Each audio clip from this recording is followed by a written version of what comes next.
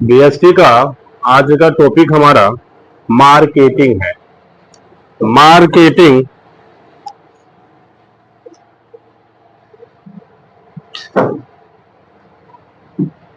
MARKETING marketing means विपणन। Marketing short में कह लें सेल प्रोसेस को फिनिश करने के लिए, विक्रय प्रक्रिया को पूरा करने के लिए हम जो भी कार्य करते हैं वो सब मार्केटिंग कहलाता है। विक्रय प्रक्रिया सेल प्रोसेस को फिनिश करने के लिए जो भी वर्क फाइनल कर दिया जाता है वो मार्केटिंग है। सपोज करें कि हम जिस शहर में हैं, इस शहर में अभी सबसे ज्यादा किस वस्तु का मांग होना है, किस ग्रेड का कस्टमर है, यानी सबसे ज्यादा औसतन किस प्राइस का वस्तु बिकता है, इस बात का खोज करना और उस प्राइस का डिफरेंस टाइप का प्रोडक्ट मार्केट में प्रस्तुत कराना और ग्राहक को उस प्रोडक्ट से अवगत कराना कि ये जो प्रोडक्ट है इसका ये विशेषता है, यूज करिएगा तो ये आपको लाभ होगा, है ना। तो नया नया प्रोडक्ट की खोज करना और उसे बाजार में प्रस्तुत करवाना, उसके लिए ग्राहक की खोज करना और उस प्रोडक्ट के बारे में ग्राहक को संतुष्ट करवाना, उस प्रोडक्ट के बारे में ग्राहक को संतुष्ट करवाना, ये मार्केटिंग। मार्केटिंग मतलब सेल करना नहीं होता है।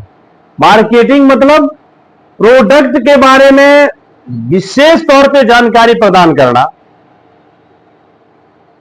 उस व्यक्ति को जो वह वस्तु क्रय करने वाला है, यानी अपने प्रोडक्ट के बारे में कस्टमर को जानकारी प्रदान कराना ही मार्केटिंग है।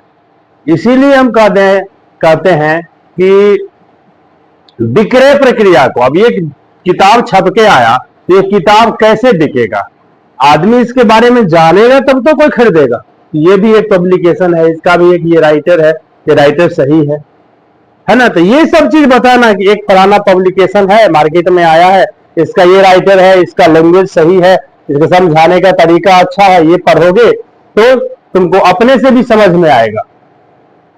इतना चीज जो हमको बताता है वही इस वस्तु का मार्केटिंग करता है। तो हम इस वस्तु के बारे में इस प्रकार से जानेंगे और तब जाके इसको खरीदेंगे या खरीदने का प्रयत्न करेंगे। तो किसी भी प्रोडक्ट के बारे में उससे संबंधित व्यक्ति को बताना, प्रोडक्ट की विशेषता को बताना, प्रोडक्ट के को कैसे हम यूज करेंगे इसके बारे में बताना, यही मार्केटिंग है।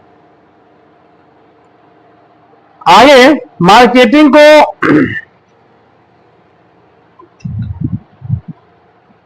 एक तो हम लेते हैं मार्केट, बाजार, फिर कस्टमर,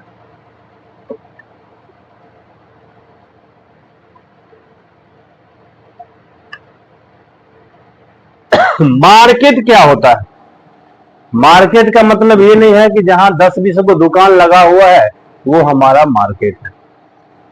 ध्यान दें, मार्केट का मतलब ये नहीं कि जहां 10-20 दुकान लगा हुआ है वो एक बाजार हो गया।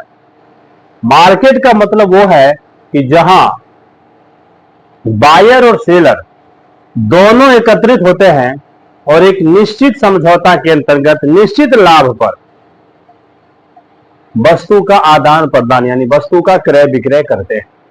जहां बायर और सेलर दोनों एकत्रित होते हैं और निश्चित समझौता के साथ वस्तु का निश्चित लाभ पर क्रय विक्रय करते हैं। सपोज करें कि हम घर से कुछ सोच के निकले कि फलाना सामान खरीदना है, ठीक है।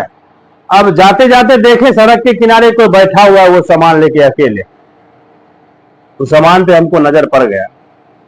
हम उस व्यक्ति से पूछ लिए कि ये बेचना है, तो हाँ, तो कितना में दीजिएगा, उसके साथ हम बार्गेनिंग, इसको कॉमर्स की भाषा में कलेक्टिव बार्गेनिंग, सौदेबाजी कहते हैं, है ना। हम उससे मोल जोल करते हैं, मोल जोल जो हम एक दूसरे से करते हैं वही बार्गेनिंग कहलाता है। तो हम उससे मोल जोल करते हैं और वहीं पे वो सामान खरीद लेते हैं। वो क्या है, वो बाजार नहीं है, वहां 10-20 दुकान नहीं लगा हुआ, वहां एक बंदा कोई बैठा हुआ था। या सपोज करो हम लोग गांव से संबंध रखते हैं, गांव में नॉर्मल सीजन यदि चलता है तो बहुत सा सामान बेचने वाला, जैसे कपड़ा बेचने वाला साइकिल पर, मोटरसाइकिल पर कपड़ा बांध लिया और घूम घूम के हल्ला करके बेच रहा है, फलाना कपड़ा, जाजीर, तोशक, फल्ला चिल्ला लेना है ना। अब हमारे कान में आवाज गया, अगर हमारे आवश्यकता या कुछ लगा तो हम भी उसको आवाज दे के रोकते हैं कि भाई रुको, हमको फलाना चीज लेना है, और हम वहीं पे उससे एग्रीमेंट करते हैं कि ये चीज हम लेंगे और इतना रुपया देंगे, मन है तो दो, मन है तो नहीं दो। वो भी अपना देख लेता है कि भाई हमको इसमें बनता है तो ठीक है दे देता है, नहीं तो नहीं देगा। तो वो खड़े खड़े वहीं जहां हम उसको देखे, जहां हम उसको सुने, वहीं रोके और वहीं उससे परचेज कर लिए। तो वह क्या है, बायर हुए हम, सेलर कौन हुआ, जो वो बाइक पर, साइकिल पर या ठेला पर, रिक्शा पर अपना सामान बांध के रख रहा है और आवाज करके बेच रहा है। तो वहीं हम दोनों एकत्रित हुए और सामान खरीदे, वही बाजार है। तो ये ध्यान देना है, बाजार का मतलब ये नहीं होता है कि जहां 10 दुकान लगा हो और 20, 30, 50, 100 कस्टमर लेने वाला हो, वो बाजार है। बाजार मीन्स वह स्थान जहां बायर और सेलर दोनों एकत्रित हो जाएं और एक निश्चित एग्रीमेंट के तहत निश्चित लाभ पर प्रोडक्ट को परचेज और सेल करें। ठीक है, तो ये हो गया हमारा मार्केट। कस्टमर, कस्टमर क्या है, ग्राहक। ये बुक हमको लेना है, हम बाजार नहीं गए, हम बाजार नहीं गए, कोई जा रहा था दुकान, बुक की दुकान, उसको हम भी लिख के लिस्ट दे दिए कि मेरे लिए ये बुक लेते आइएगा। अब वास्तव में इस बुक का कस्टमर कौन होगा, जो व्यक्ति इसका यूज करेगा, जिसको इस बुक की आवश्यकता है, वो इसका कस्टमर है। भले ही हमारे फादर जा रहे हैं दुकान, उनको हम दे दिए कि फलाना बुक आज सर बताए थे खरीदना है, वही अब पढ़ाई होगा, और फादर खरीद के लाए, तो फादर कस्टमर नहीं हुए। कस्टमर वो स्टूडेंट होगा जो ये इस बुक को पढ़ेगा। वास्तव में वह व्यक्ति जो उस वस्तु का प्रयोग करेगा, न कि वह व्यक्ति जो वो वस्तु खरीदा है। जो उस वस्तु का प्रयोग करेगा, वास्तव में ग्राहक वही कहलाएगा। खरीदने वाला जरूरी नहीं है कि वो ग्राहक हो। इसीलिए कहावत में, इंग्लिश में भी कहा गया है, all that glitter are not gold. सभी देखने वाला चीज, चमकने वाला चीज सोना नहीं होता है, अर्थात जो जैसा दिखाई देता है वास्तव में वैसा नहीं होता है। अब वहां दुकान पे दिखाई दिया, उसका फादर खरीद रहा है, कस्टमर वो है, लेकिन वास्तव में कस्टमर कौन हो गया, उनका सन, जो उसका यूज क्या नहीं, वो स्टूडेंट कस्टमर हुआ। हाँ, कस्टमर का मतलब प्रोडक्ट कौन यूज करेगा, क्योंकि उसके यहां से प्रोडक्ट बिक रहा है ना, तो प्रोडक्ट जो यूज करेगा वो कस्टमर होगा। प्रोडक्ट जो ले जा रहा है वो कस्टमर नहीं होगा। अब सपोज करो कि एक कपड़ा का गांठ पूरा कोई खरीदा, ऑर्डर कर दिया, और दुकानदार जो भी होलसेलर है वो किसी ठेला वाला को बुलाया और ठेला वाला पे लाद दिया कि फलाना जगह पहुंचा दो। तो वो दुकानदार से कौन ले रहा है उस समय, ठेला वाला। तो क्या ठेला वाला कस्टमर होगा, नहीं होगा। इसीलिए सामने में जो दिखाई देता है वो वास्तविक कभी कभी नहीं होता है। वास्तव में उसका जो यूज करेगा वो कस्टमर होता है।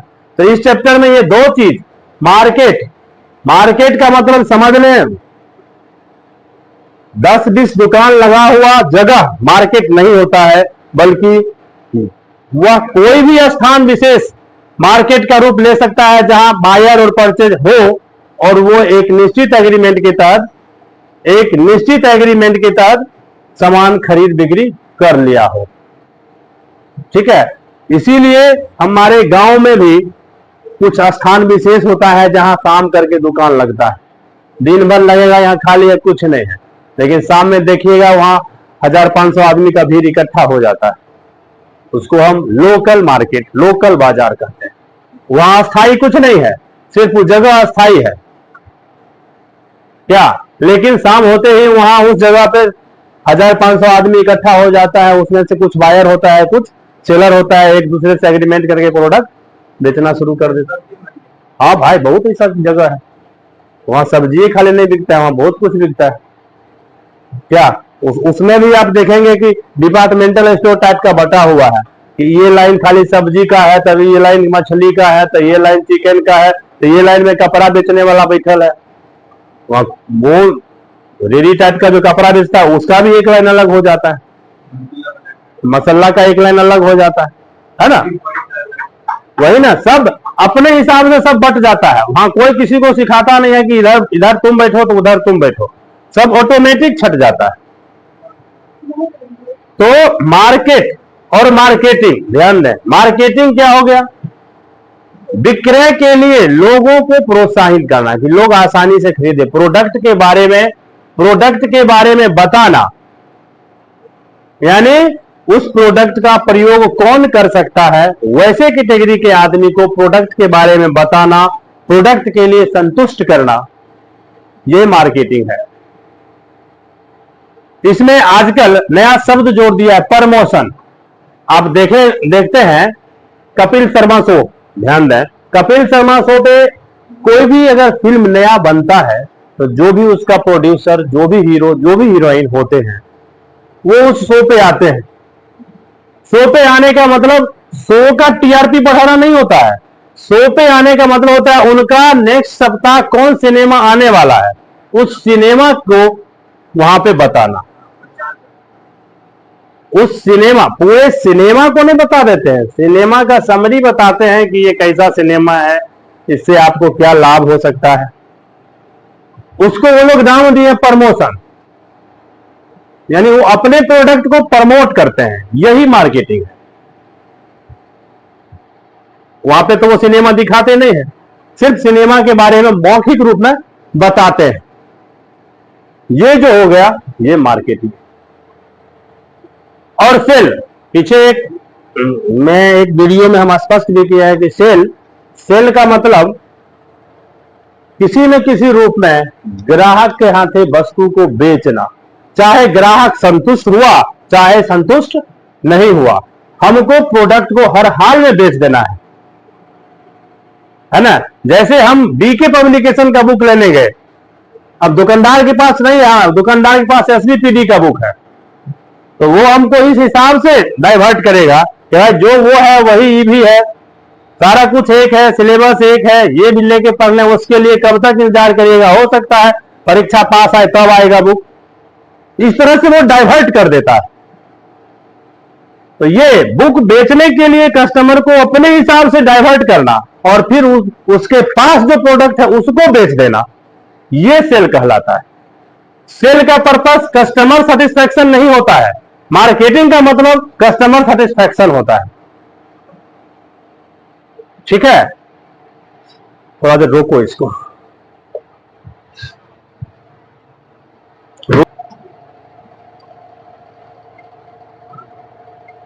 ये फंक्शन ऑफ मार्केटिंग, मार्केटिंग के ठीक बाद फंक्शन ऑफ मार्केटिंग, मार्केटिंग का कार्य। इसमें सबसे पहला कार्य होता है एक्सचेंज फंक्शन।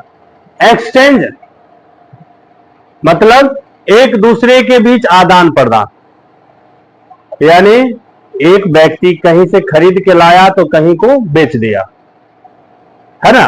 अगर सिर्फ एक होलसेलर सिर्फ अपने यहां खरीद के जमा ही करे और बेचे ही नहीं तो उसका बिजनेस कितना दिन चलेगा।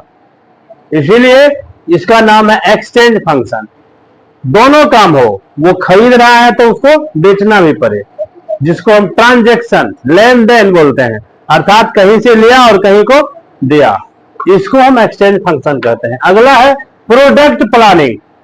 प्रोडक्ट प्लानिंग का मतलब होता है कि कोई भी दुकानदार सिर्फ या तो खूब हाई क्वालिटी का माल नहीं रखे या तो खूब लो क्वालिटी का माल नहीं रखे, बल्कि दुकान उसका अच्छा से चले इसके लिए वो हर कैटेगरी के प्रोडक्ट को अपने दुकान में रखे, हर कैटेगरी के प्रोडक्ट को दुकान में रखे, तब हर रेंज का कस्टमर उसके यहां जाएगा और कोई भी कस्टमर बिना सामान लिए वापस नहीं आएगा। इसीलिए आप देखते होइएगा छोटा से छोटा दुकान भी है, अगर सपोज करो एक किराना का दुकान है तो उसके यहाँ सुई भी मिलता है, विक्स भी मिल जाता है, हॉर्लिक्स भी मिल जाता है और चावल दाल आटा तो मिलता ही है ना। और आसपास में अगर स्कूल है तो रबर कटर पेंसिल पेन भी उसके यहाँ मिलता है ना। और किराना का उसका नाम तब लिखा जाता है जनरल स्टोर, यहाँ सब कुछ मिलता है ना।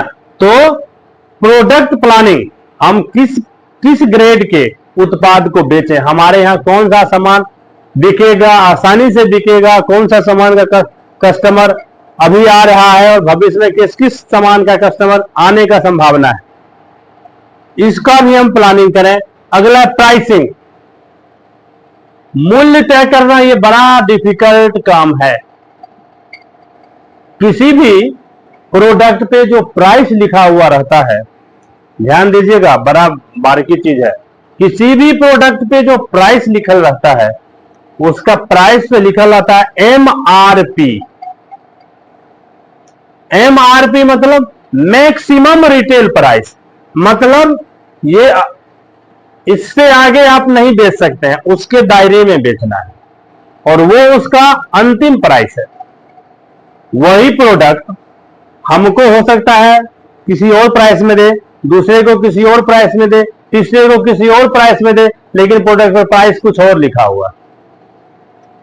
तो वो कंपनी जो उसका उत्पादन किया है वो तय कर दिया कि इससे ज्यादा में आपको नहीं बेचना है, इतना तक में आप बेचेंगे, इसीलिए उसका नाम होता है एमआरपी, मैक्सिमम रिटेल प्राइस।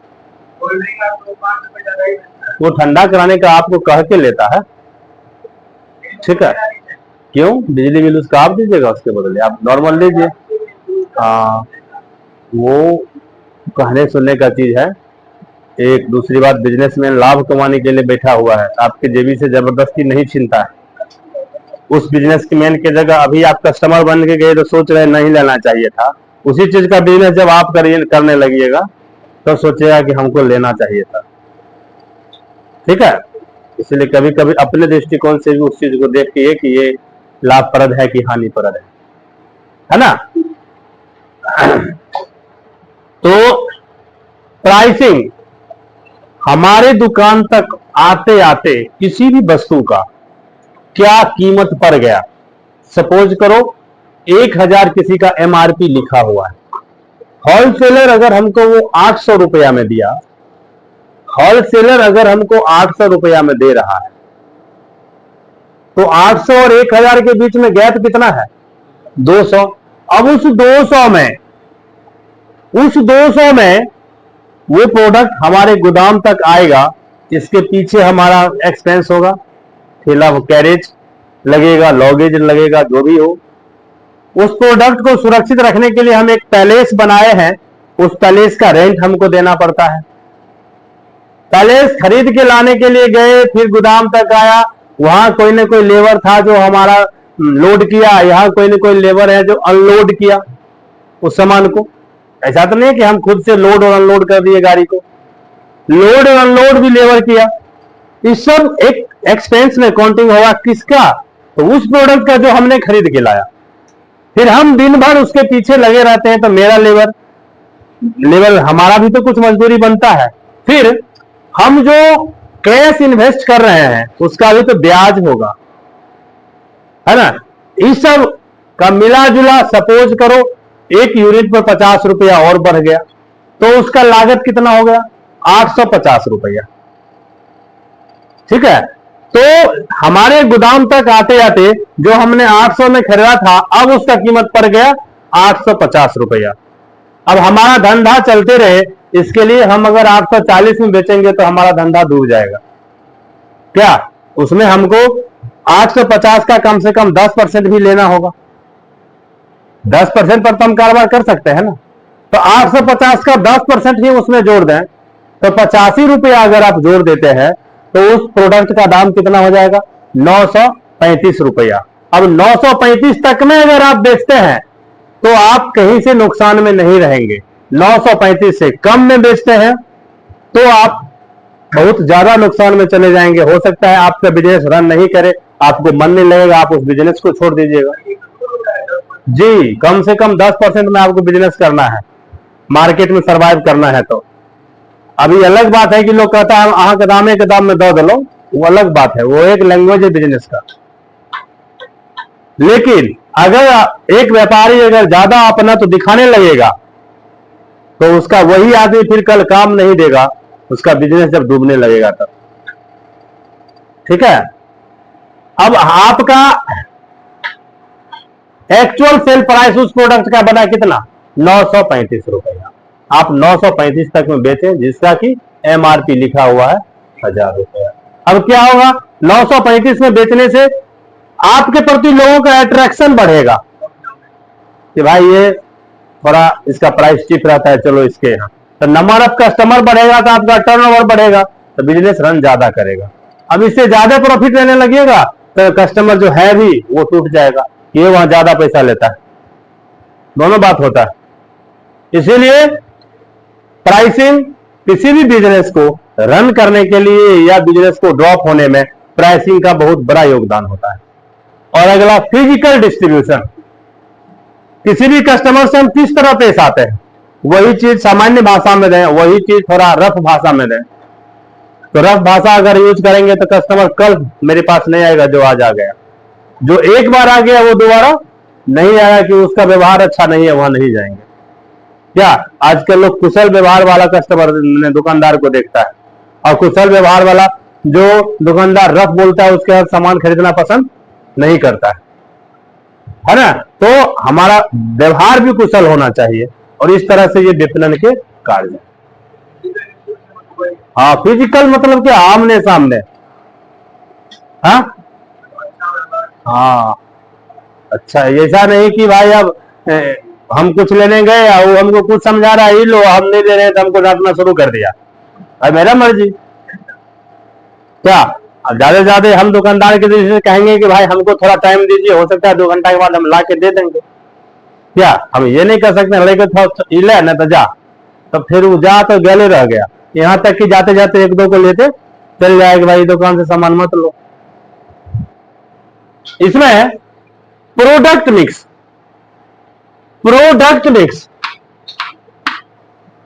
एक छोटा सा देखें, क्लिनिक प्लस शैंपू 1 रुपया से लेके पाउच में, और डब्बा कहां तक है उसका पता नहीं, हाईएस्ट प्राइस तक भी है। एक क्लिनिक प्लस शैंपू हमारे घर तक 1 रुपया में भी पहुंच जाता है, और उसी क्लिनिक प्लस का कोई 500 में भी खरीदता होगा डब्बा, है ना। तो चीज वही है, उसका गुण वही है, कैटेगरी डिफरेंस टाइप का बना दिया कि जैसा कस्टमर वो अपना वैसा एक्सपेंस करके खरीद लेगा। इससे क्या होता है? कस्टमर को खरीदने में सहूलियत है। अगर किसी के पास 500 का डिब्बा खरीदने का कैपेसिटी तत्क्षण नहीं है तो क्या वो शैंपू नहीं लगाएगा? इस दृष्टिकोण से 1 रुपया का पाउच भी है कि भाई 1 रुपया तो होगा ही, है ना। कस्टमर का अट्रैक्शन उस प्रोडक्ट के प्रति ज्यादा होता है, ठीक है, और आप उस प्रोडक्ट को खरीदते हैं। तो प्रोडक्ट मिक्स का मतलब हुआ कि किसी भी प्रोडक्ट का डिफरेंस टाइप बनना चाहिए, बड़ा छोटा मध्यम, जैसा जितना आप खर्चा कर सकते हैं उसके हिसाब से प्रोडक्ट आप परचेज करें। वो निर्णय दुकानदार या प्रोडक्ट करने वाला क्यों लेगा कि आपको फलाना प्रोडक्ट ही लेना है ना।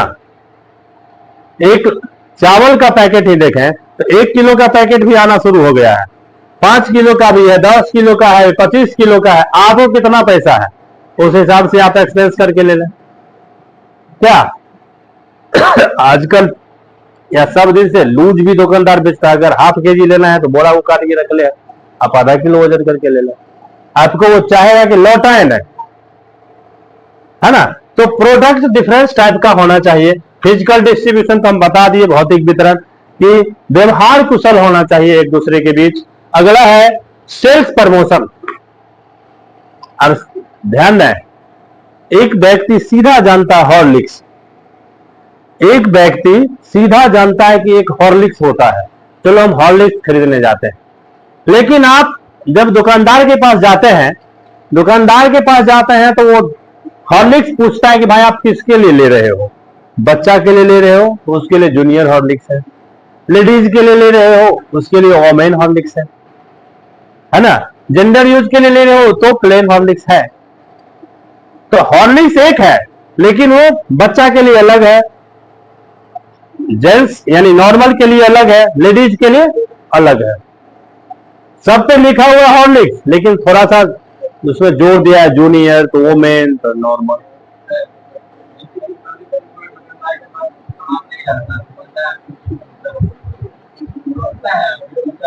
हाँ, तो यही ना कुशल बिजनेसमैन का लक्षण, वही तो बताए कि आप कुशल व्यवहार करें कि आप टाइम दीजिए हम दोबारा ला के देंगे, ऐसा नहीं कि इसके बदले ही है लो ही, हमको फोर्स नहीं कर सकता है। अब यहाँ हम हॉर्लिक्स लेने गए, अब दुकानदार समझता है कि सिर्फ हॉर्लिक्स जानता है, तो इसको थोड़ा हम बता दें कि हॉर्लिक्स इतने प्रकार का है, आपको किसके लिए लेना है।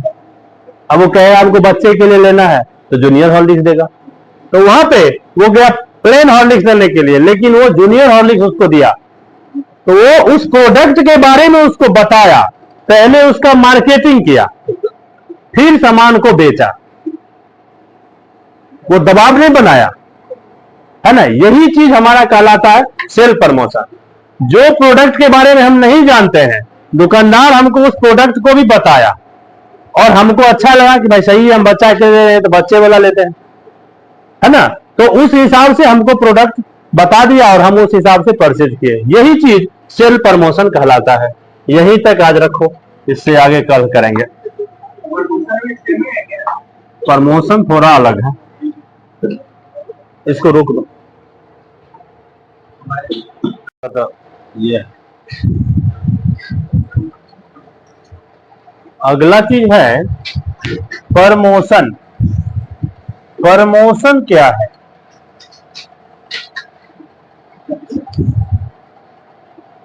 अभी तक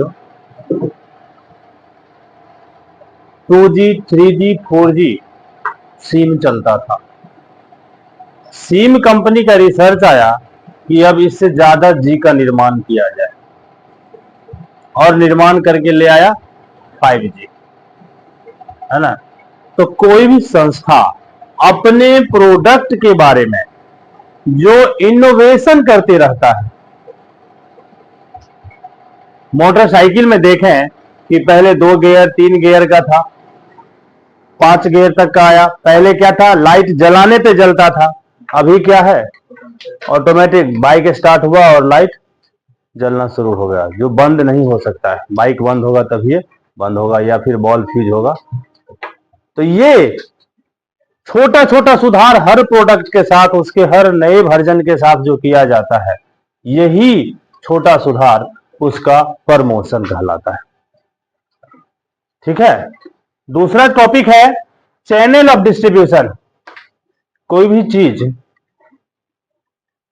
उत्पादन करते हैं हम फैक्ट्री में, है ना, जिसको हम उत्पादित संस्थान कहें, प्रोडक्शन का इंस्टीट्यूट जो भी हो। फैक्ट्री से माल डायरेक्ट हमारे पास नहीं आता है, हम अगर उस प्रोडक्ट के कंज्यूमर हैं तो हमारे पास वो माल डायरेक्ट नहीं आता है। फैक्ट्री किसको देता है, उसका जो एजेंट है, एजेंट को दिया, एजेंट से ले गया कौन, होलसेलर, होलसेलर से लिया खुदरा बेचने वाला, और खुदरा बेचने वाला से हम आप खरीद के लाते हैं। तो ये जो सिस्टम है कि उत्पादनकर्ता जो है वो देगा उस प्रोडक्ट के एजेंट को, एजेंट देगा होलसेलर को, होलसेलर देगा खुदरा बेचने वाले को, और खुदरा बेचने वाला बेचेगा कस्टमर को। तो ये लाइन जो है यही हमारा फिजिकल ये चैनल ऑफ डिस्ट्रीब्यूशन है। अगला है प्राइसिंग स्ट्रेटजी, मूल्य के लिए नीति। एक ही प्रोडक्ट का, प्रोडक्ट एक है, 2-4-5 किलोमीटर फर्क होने से उसका प्राइस में फर्क हो जाता है। क्यों? क्योंकि उसके ट्रेवलिंग चार्ज में फर्क हो जाता है। आप सपोज करो पेट्रोल पंप, अगर समस्तीपुर के रेंज में 5 को पेट्रोल पंप है तो पांचों में पेट्रोल लेके देखेंगे बारी बारी से, 10 पैसा का फर्क हर में आ जाएगा, सब में समान रेट नहीं मिलेगा। निश्चित रूप से एक पेट्रोल पंप से दूसरे पेट्रोल पंप के रेट में 10 पैसा का फर्क आ जाएगा। गौर करना और कभी सोच के देखना कि ऐसा क्यों होता है। तो जहां से पेट्रोल चला उस पेट्रोल पंप पर आने के लिए वहां तक का जो ट्रेवलिंग चार्ज का डिफरेंस होगा उतना प्रति लीटर रेट में फर्क करेगा। यही रीजन है कि हर पेट्रोल पंप पर 10-5 पैसा फर्क हो जाता है पेट्रोल का। यही चीज हर प्रोडक्ट के बारे में होता है। समस्तीपुर में कोई प्रोडक्ट अगर किसी प्राइस में है तो दरभंगा में जरूरी नहीं है कि उसी प्राइस में मिले, मुजफ्फरपुर में जरूरी नहीं है कि उसी प्राइस में मिले, है ना। तो प्राइसिंग स्ट्रेटजी भी अलग अलग तरह से निर्धारित होता है। वो उत्पादन संस्थान, जैसे कोई सामान मान लो दिल्ली में ही उत्पादन हुआ और दिल्ली के ही फुटकर दुकानदार, खुदरा दुकानदार बेच रहा है, तो उसको वहां से उसके दुकान तक आने में कम ट्रांसपोर्ट चार्ज लगा होगा तो उसका प्राइस कम होगा, लेकिन दिल्ली से समस्तीपुर आएगा तो उसका ट्रांसपोर्ट चार्ज ज्यादा हो जाएगा तो उसका प्राइस बढ़ जाएगा। तो प्राइसिंग स्ट्रेटजी भी शहर पे डिपेंड करता है, कस्टमर पे डिपेंड करता है, उसके हिसाब से आप प्राइस डिटरमाइन करते हैं। अगला पैकेजिंग, वस्तु किसी भी प्रोडक्ट को बेचने में सुविधा हो इसके लिए उसे एक जगह तैयार किया जाता है, एक जगह सिस्टमेटिक किया जाता है, जिसको हम पैकेजिंग कहते हैं। जैसे बिस्कुट, 10 बिस्कुट वैसे अगर हाथ में दे दे तो लेना आदमी पसंद नहीं करेगा, लेकिन 10 बिस्कुट को एक रैपर में बंद करके, एक रैपर में बंद करके हम हमारे साथ बेचता है तो हम लेते हैं, है ना। तो वो रैपर में जो बंद करने का प्रक्रिया है वही हमारा पैकेजिंग है। किसी भी प्रोडक्ट को उसके रैपर में बंद करना ही पैकेजिंग है। इसके साथ है पैकेजिंग के साथ लेवलिंग। अब पैकेजिंग मतलब हम सादा पन्ना भी लगा सकते हैं, उसके साथ सादा पन्नी भी लगा सकते हैं, लेकिन उस पे उस प्रोडक्ट का क्वांटिटी, क्वालिटी, उत्पादनकर्ता का नाम, प्राइस, किस दिन उत्पादन हुआ और किस दिन यह एक्सपायर कर जाएगा, ये सारा कुछ उस पर लिखते हैं। हम जो रैपर लगाते हैं किसी भी प्रोडक्ट पर, उस प्रोडक्ट पे हम लिखते हैं कि यह कहां पे उत्पादन हुआ, इसका ऑनर कौन है, किस तारीख को उत्पादन हुआ, किस तारीख को एक्सपायर करेगा, इसका नेट वेट कितना है, इसका प्राइस कितना है, ये सारा कुछ, हाँ, ये सारा कुछ जो हम उस रैपर पे लगाते हैं यही हमारा कहलाता है लेबलिंग। ठीक है। पैकेजिंग क्या है, तो एक जगह बेचने में सुविधा हो इसके लिए उसको एक रैपर में रखते हैं, जिसको पैकेजिंग कहते हैं। अब रैपर पर विभिन्न तरह का जो हम जानकारी लिखते हैं वो जानकारी लिखना हमारा कहलाता है लेबलिंग। अगला है ट्रेडमार्क और ब्रांड। ध्यान दें, ये दोनों एक ही चीज है। ट्रेडमार्क और ब्रांड ये दोनों एक चीज है, लेकिन थोड़ा सा फर्क है। सबसे पहले ब्रांड है। ब्रांड एक प्रकार का लोगो है, एक प्रकार का पहचान चिन्ह है। ब्रांड हर एक चीज का, देखिएगा LIC का अपना एक इस तरह का लोगो लगा हुआ है। LIC का जहां भी देखिए बॉन्ड पेपर, उसका आपके पास अगर रसीद है या उसका प्रचार करता है तो इस तरह का योग 6 लिखल ऐसा है। भारतीय भवन पब्लिकेशन का देखेंगे तो अलग मिलेगा, SCPD का अलग मिलेगा। मतलब जितना भी प्रोडक्ट है उसका अपना अलग अलग पहचान चिन्ह होता है। तो उस प्रोडक्ट का जो पहचान चिन्ह है वही उसका ब्रांड कहलाता है। तो ब्रांड जरूरी नहीं है कि वो उसका सरकारीकरण हो, उसका रजिस्ट्रेशन हो, समझे। लेकिन वही ब्रांड को जब सरकारी मान्यता मिल जाता है, ब्रांड वही है, पहचान वही है, लेकिन उसको रजिस्ट्रेशन मिल जाता है, उसका रजिस्ट्रेशन नंबर गवर्नमेंट के द्वारा जब दे दिया जाता है तो वही कहलाता है ट्रेडमार्क। हमारे बिजनेस का अपना एक पहचान चिन्ह होता है, वह पहचान चिन्ह तब तक ब्रांड कहलाता है जब तक उसका रजिस्ट्रेशन नहीं होता है। जिस दिन उसका रजिस्ट्रेशन हो जाता है उस दिन वही पहचान चिन्ह ट्रेडमार्क कहलाता है। गुडविल अलग, गुडविल व्यक्ति विशेष का अपना अवार्ड है ना। तो यहां पे ध्यान दें, हम अभी बताइए दोनों एक है लेकिन दोनों में थोड़ा सा अंतर है। ब्रांड क्या है? बिजनेस का पहचान चिन्ह जो अभी तक रजिस्टर्ड नहीं हुआ है। बिजनेस का पहचान चिन्ह आइडेंटिफाइंग ऑफ बिजनेस जो अभी तक रजिस्टर्ड नहीं हुआ है। लेकिन ट्रेडमार्क क्या है? वही बिजनेस का आइडेंटिफिकेशन जिसको गवर्नमेंट के द्वारा रजिस्टर्ड कर दिया गया है, तो वो हमारा कहलाता है ट्रेडमार्क। दोनों पहचान चिन्ह है, लेकिन यही ब्रांड जब रजिस्टर्ड हो जाता है तो ट्रेडमार्क जब तक रजिस्टर्ड नहीं होता है तब तक ब्रांड कहलाता है। अगला है प्रोडक्शन मिक्स। प्रोडक्शन मिक्स कल भी हम इस पर चर्चा किए थे कि हर एक प्रोडक्ट को 1 रुपया के पाव से लेके और मैक्सिमम कीमत के डब्बा तक लोग तैयार करता है। एग्जाम्पल हम एक शैंपू दिए थे कि 1 रुपया का पाउच भी में भी मिलता है और वो 500,000 के डब्बा में भी बिकता है। चीज वही है, कंपनी वही है, क्वांटिटी क्वालिटी वही है ना, लेकिन अलग अलग प्राइस में बिकता है। अलग अलग कस्टमर को ध्यान में रखकर हम प्रोडक्ट को तैयार करते हैं। कस्टमर ही नहीं, सिचुएशन भी अलग। अब हमको लगातार यात्रा करना है और हम वो डब्बा सेट करने लगे अपने बैग में तो जगह एक्स्ट्रा लेगा, तो लोग 10-20 पाउच रख लिया, उसके लिए तो अलग से हमको जगह नहीं खोजना पड़ेगा। तो हर सिचुएशन के लिए हर कस्टमर को ध्यान में रखकर जो डिफरेंस टाइप का प्रोडक्ट तैयार करते हैं वही हमारा प्रोडक्ट मिक्स कहलाता है। और ये क्या है? Marketing philosophy. मार्केटिंग फिलॉसफी, यहां पे दर्शन शास्त्र। हम समय समय पर अपने प्रोडक्ट के बारे में रिसर्च करते हैं। समय समय पर अपने प्रोडक्ट के बारे में रिसर्च करते हैं कि कस्टमर अब इसमें क्या चाह रहा है। कस्टमर अब इसमें क्या चाह रहा है। जैसे पहले बटन वाला मोबाइल था, कहीं न कहीं से रिसर्च हुआ होगा कि टच मोबाइल का ज्यादा डिमांड है, तो बटन वाला का संख्या घट गया और टच मोबाइल का संख्या बढ़ गया, है ना। तो ये चीज जो है, ये मार्केट फिलॉसफी, मार्केट रिसर्च करना कंपनी का काम है कि हमारा जो प्रोडक्ट मार्केट में है उसमें अब कस्टमर किस तरह का डिमांड कर रहा है। अगर एक ही तरह के प्रोडक्ट लगातार आते रहे तो हो सकता है वो प्रोडक्ट का सेल घट जाएगा, है ना। इसीलिए चीज वही है, बस उसमें नयापन कुछ कुछ लाना, ये हमारा मार्केट फिलॉसफी कहलाता है। तो आप लोग क्वेश्चन लिखें।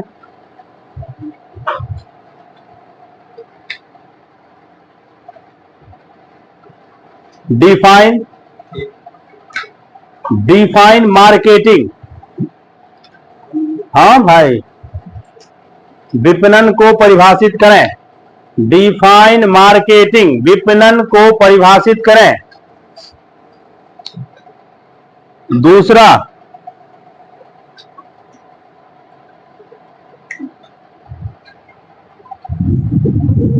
what difference between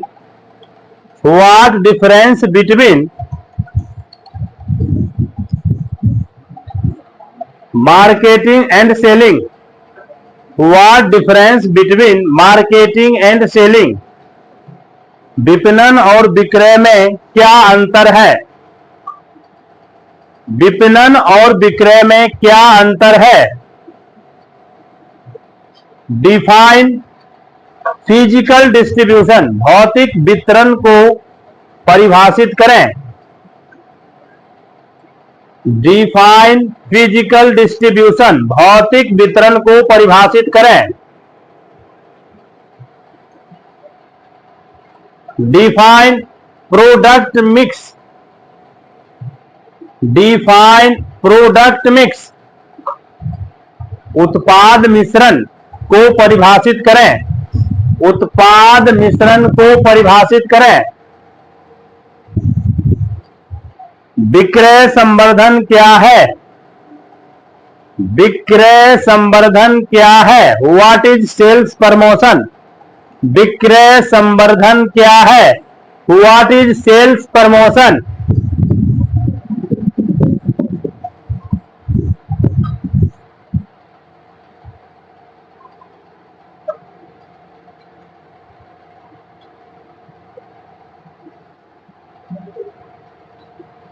What do you mean by packaging? What do you mean by packaging, labeling, trademark and brand? What do you mean by packaging, labeling, trademark और brand?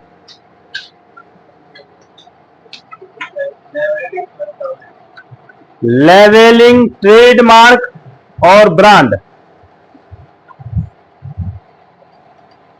हिंदी वाले packaging, levelling,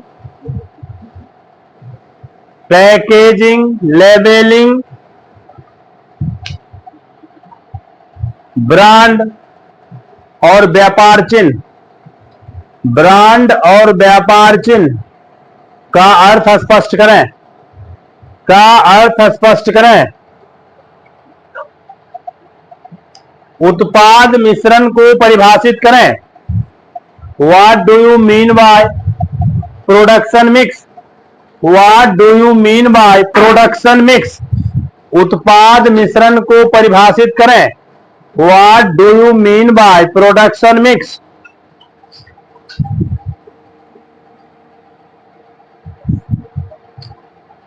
What do you mean by marketing philosophy?